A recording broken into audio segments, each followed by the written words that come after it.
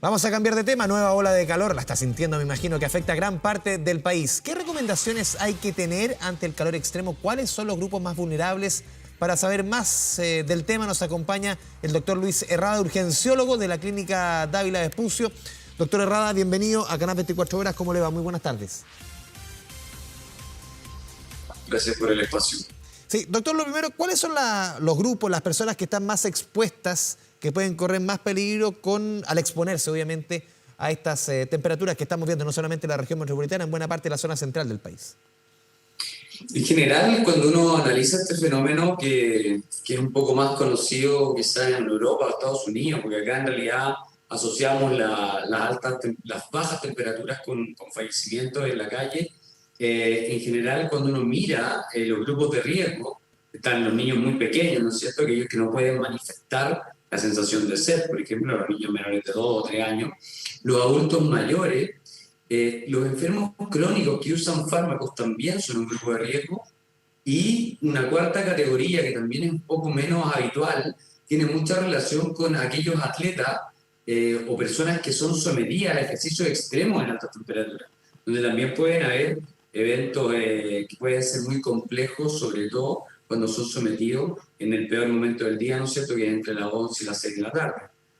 Sí, doctor, ¿cuáles son las medidas prácticas, aunque puedan parecer de perogrullo a esta altura? Uno se imagina, no sé, botella de agua, el tema, por ejemplo, del protector solar. Pueden parecer como lógicas, pero a veces no son tan lógicas.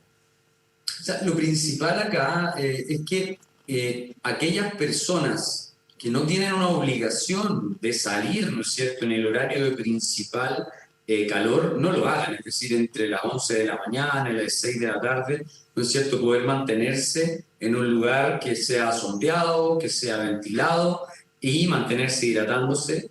El resto, ¿no es cierto?, de la ropa clara, el protector solar, todas esas cosas son bastante útiles, ¿no es cierto?, a la hora de enfrentarse a estas olas de calor. Pero sin duda, lo que más afecta, Andrés, y en la práctica es poco evidenciable, es que en el contexto de las olas de calor aumentan las consultas en los servicios de urgencia porque aparecen síntomas que son menores y que se confunden con otras cosas. Por ejemplo, edema de las extremidades inferiores o hinchazón, ¿no es cierto? Entonces un paciente con una patología como una insuficiencia cardíaca termina yendo al servicio de urgencia porque tiene edema, pero en la práctica estuvo expuesto todo el día al sol o a altas temperaturas.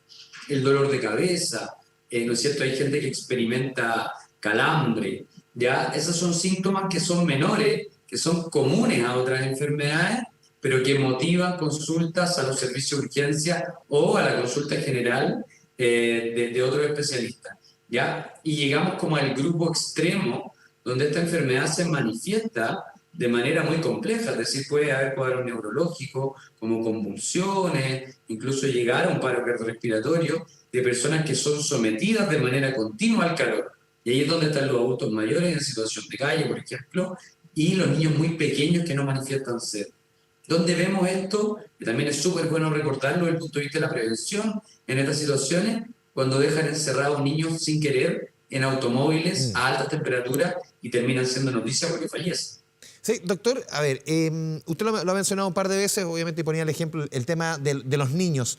¿Qué hacer con los niños, obviamente, cuando 2, 3 años o incluso menores, que ellos, claro, se manifiestan que tienen sed con el llanto o con situaciones así? No, quizás a partir de los 3 años ya te empiezan a pedir agua, uno que tiene los niños de la edad, uno va aprendiendo. Pero ¿qué hay que tener ojo? ¿Cuáles son las primeras señales en el caso de un niño, por ejemplo, que se puede estar deshidratando? Es muy bueno ahí siempre prevenir, ¿eh? Siempre, por ejemplo, si en este momento hay alguien que tenga necesariamente que salir, sin duda, dentro del equipaje que lleva en general el padre o la madre que sale con los niños, llevar líquidos, ya en particular agua en una botella y ofrecerle, bueno, una mamadera en el caso de los niños, ofrecerle de manera continua líquidos, es decir, que el niño esté hidratándose continuamente, sobre todo durante el momento en el que va a estar expuesto.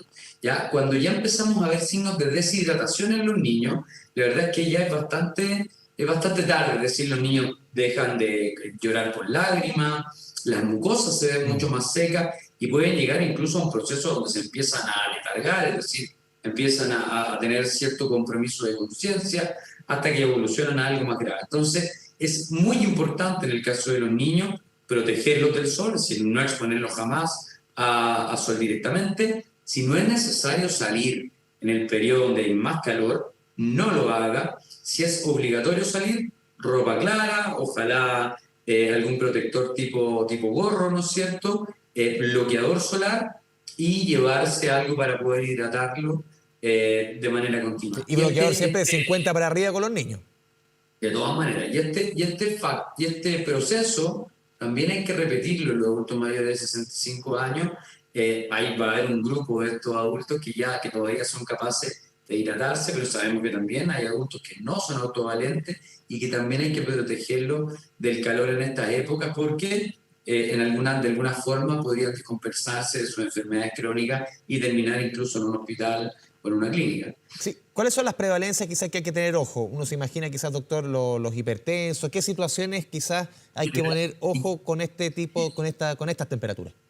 En general, como tú muy bien dices, los hipertensos, los pacientes diabéticos, aquellos que tienen patología cardíaca, pensando en la insuficiencia cardíaca, ¿no es cierto?, de algún origen, enfermos con enfermedades pulmonares crónicas, ya los adultos mayores que padecen obesidad también tienen un poquito más de riesgo, ¿no es cierto?, de complicarse en estas situaciones de calor.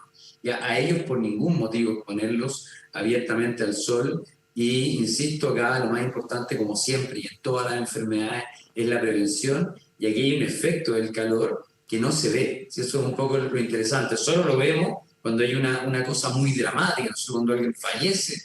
Pero en la práctica, cuando llega un paciente adulto mayor en paro cardíaco a un servicio de urgencia, no es tan habitual, por ejemplo, que alguien le tome la temperatura central para poder analizar que esa fue la causa del paro, sino que se asume que son otras causas. Por lo tanto, bueno, ahí los médicos de emergencia tienen un rol importante a la hora del diagnóstico de esta enfermedad, porque hay algunas cosas que hacer en ese contexto, ¿ya? Y para la población general, la prevención es vital. Yo pienso que estos espacios de comunicación, tal cual como lo vimos en esta enfermedad viral, que fue el COVID, son tremendamente educativos, porque terminan previniendo. O sea, cuando le enseñamos a la población, por ejemplo, en el caso de un adulto que presente en extremidades y ha estado expuesto continuamente al sol y no tiene otros síntomas, la verdad es que basta con que repose, ponga las piernas en alto y el edema va a ir cediendo de manera paulatina.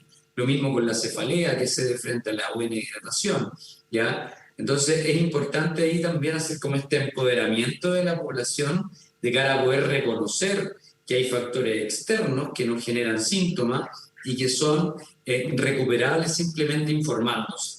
Y siempre poner el énfasis, yo soy muy majadero en eso, en poder prevenir de manera que no tengamos que acudir a los servicios asistenciales. Sí, doctor Herrada, también usted lo mencionaba en la primera parte, actividad deportiva. ¿Qué hacer con el tema de la actividad deportiva? Uno debiese pensar que quizás si es que la persona sí o sí quiere hacer deporte, elegir horarios más extremos. Y también hay personas, y uno lo ha escuchado muchas veces, que sienten que, no sé, saliendo a correr, por ejemplo, con más calor, van a quemar más calorías, van a sudar más, van a bajar más de peso, con el peligro que eso conlleva. Ya, la realidad es que, claro, hay que privilegiar poder hacer deporte de manera adecuada, de manera que sea un bien para el organismo, ¿no? Y no un daño, durante aquellos periodos donde efectivamente las temperaturas son más templadas. Ya es decir, ojalá antes de las 11, ojalá después de las 6 de la tarde, donde ya sabemos que el calor va disminuyendo. Luego, aquellas personas claro, que prefieren estos horarios